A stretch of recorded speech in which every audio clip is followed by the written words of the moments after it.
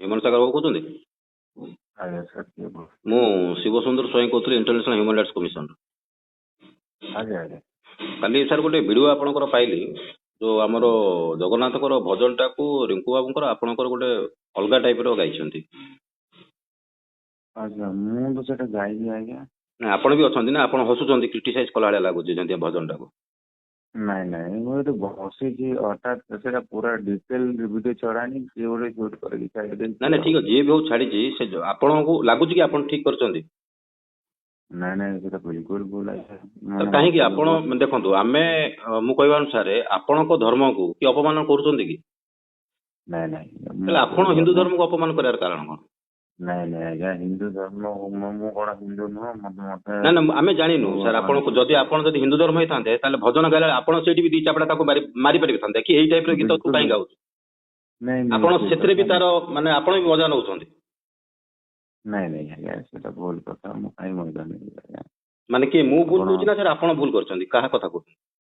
ଭୁଲ ମାନେ ଦେଖନ୍ତୁ ସେଠି ମୋର କିଛି ମାନେ କାମ ହିଁ ନାହିଁ। ସାର୍ ଆପଣ ପାଳି ଧରିଛନ୍ତି ସେ ଗୀତରେ, ସେ ଗୀତ ଯୋଉ ଗାଇଲା ବେଳକୁ ଅଧାରୁ ଆପଣ ପାଳି ଧରିଛନ୍ତି, ତାପରେ ଆପଣ ହସୁଛନ୍ତି। ଆପଣ ଭିଡ଼ିଓଟା ବି ଆପଣ ଦେଖିଛନ୍ତି, ମାନେ ହସୁଛନ୍ତି। ସାର୍ ଆପଣଙ୍କୁ ଆପଣଙ୍କର ଯେତିକି ଫଲୋଅର୍ସ ଅଛନ୍ତି ସାର୍, ଆପଣଙ୍କୁ କୋଉ ମୁଣ୍ଡରେ ବସେଇଛନ୍ତି? ସାର୍ ଆପଣ ଏଇଭଳିଆ ଯୋଉ କାମ କରିବେ, ଆପଣ ଜାଣିପାରୁଛନ୍ତି ଆପଣଙ୍କର ମାନେ ଆଗକୁ ଆପଣଙ୍କର ଫ୍ୟୁଚର ମାନେ ବ୍ରାଇଟ୍ ହବାର ଅଛି ନା ଡାର୍କ ହବାର ଅଛି? ନାଇଁ ନାଇଁ ବିଲକୁଲ ସାର୍। ଆପଣ କୋଉଠୁ କହୁଥିଲେ ଆଜ୍ଞା? ଭୁବନେଶ୍ୱରରୁ କହୁଥିଲେ ଆଜ୍ଞା। ଭୁବନେଶ୍ୱର ମୁଁ ଦେଖା ହେଇପାରିବେ ଟିକେ? ହଁ କାହିଁ ଦେଖାନି, ଆମେ ତ ମୁଁ ତ ଅଲରେଡି କାଲି ଟ୍ୱିଟ୍ କରିଛି ସମସ୍ତଙ୍କୁ, ଯୋଉଟା କି ଆମକୁ ଠିକ ଲାଗୁନି ସାର୍। ଆମେ ବି ଗୋଟେ ସାର୍ ଭଲ ଲାଗେ ଗୀତ ଶୁଣିବାକୁ ଆପଣଙ୍କର, କିନ୍ତୁ ତା ଅର୍ଥ ନାହିଁ ଯେ ସାର୍ ଆପଣ ଯାହା ଗୀତ ଗାଇବେ ଆମେ ତାଙ୍କୁ ପସନ୍ଦ କରୁ, ସେଇଟା ମାନେ ନାହିଁ। ଧର୍ମ ନାଁରେ ଆମେ ସବୁ ଧର୍ମକୁ ସମ୍ମାନ ଦେବା ଆମର କର୍ତ୍ତବ୍ୟ। ଆପଣ ଧର୍ମ ହଉ ଯାହା ଧର୍ମ ହଉଛି ସମ୍ମାନ ଦେବା। ସାର୍ ଆପଣ ଗୋଟେ କଳାକାର, ଆପଣ ଜାଣୁଛନ୍ତି ସାର୍ ମୁଁ ଗୋଟେ କଳାକାର। ଆପଣଙ୍କର ଫଲୋଅର୍ସ ଖାଲି ଖ୍ରୀଷ୍ଟିଆନ ଲୋକ ଅଛନ୍ତି, ହିନ୍ଦୁ ଲୋକ କିଏ ନାହାନ୍ତି?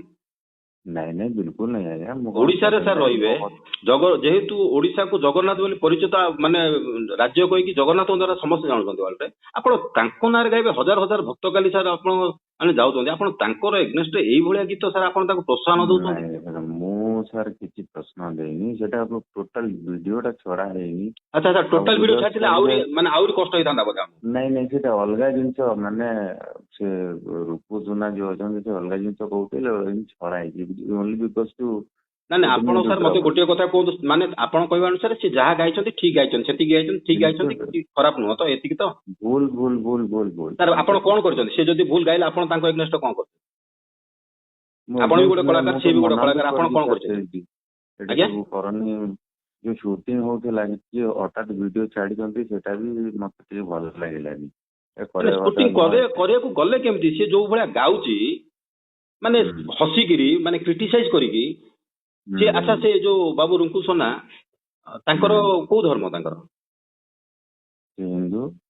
ସେ ହିନ୍ଦୁ ହେଇକି ଏମିତି ଗାଇଛି ତ? ହଁ। ଆଚ୍ଛା ହଉ ହଉ, ତାଙ୍କୁ ଆଜି ଆମେ ଦେଖିବୁ ଯାହା ହେଲେ ବି। ସେ ରହୁଛନ୍ତି କୋଉଠି?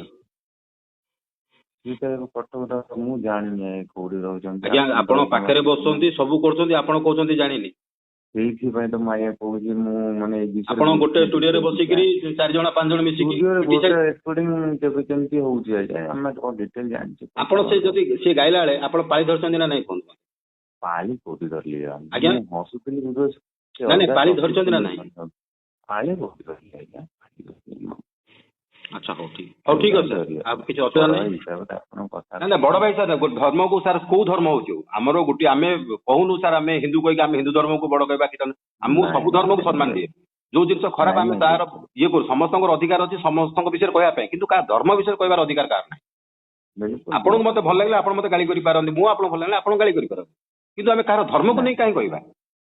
ସେମିତି ଧର୍ମ ଉପରେ କିଛି ନାଇଁ ନାଇଁ, ସେଇ ଧର୍ମ ଉପରେ ହିଁ ଗଲା ନା କାଲି ଯୋଉ ଗୀତଟା ଆପଣ ମାନେ ଇଏ କରିଦେଲେ, ସେ ଧର୍ମ ଉପରେ ପଳେଇଲା। କାଲିର ଭିଡିଓ ଆମ ଆଗର ଭିଡିଓ, ଯୋଉ ଭିଡିଓଟା ଶୁଣନ୍ତୁ, ଭିଡିଓଟା ପାଖରେ ଯୋଉ ପର୍ଯ୍ୟନ୍ତ ରହିଛି ଆଜ୍ଞା ଠିକ ଅଛି, ଯେତେବେଳେ ପବ୍ଲିଶ ହେଇଯାଏ ନା ସେଟା ଖରାପ ହେଇଯାଏ।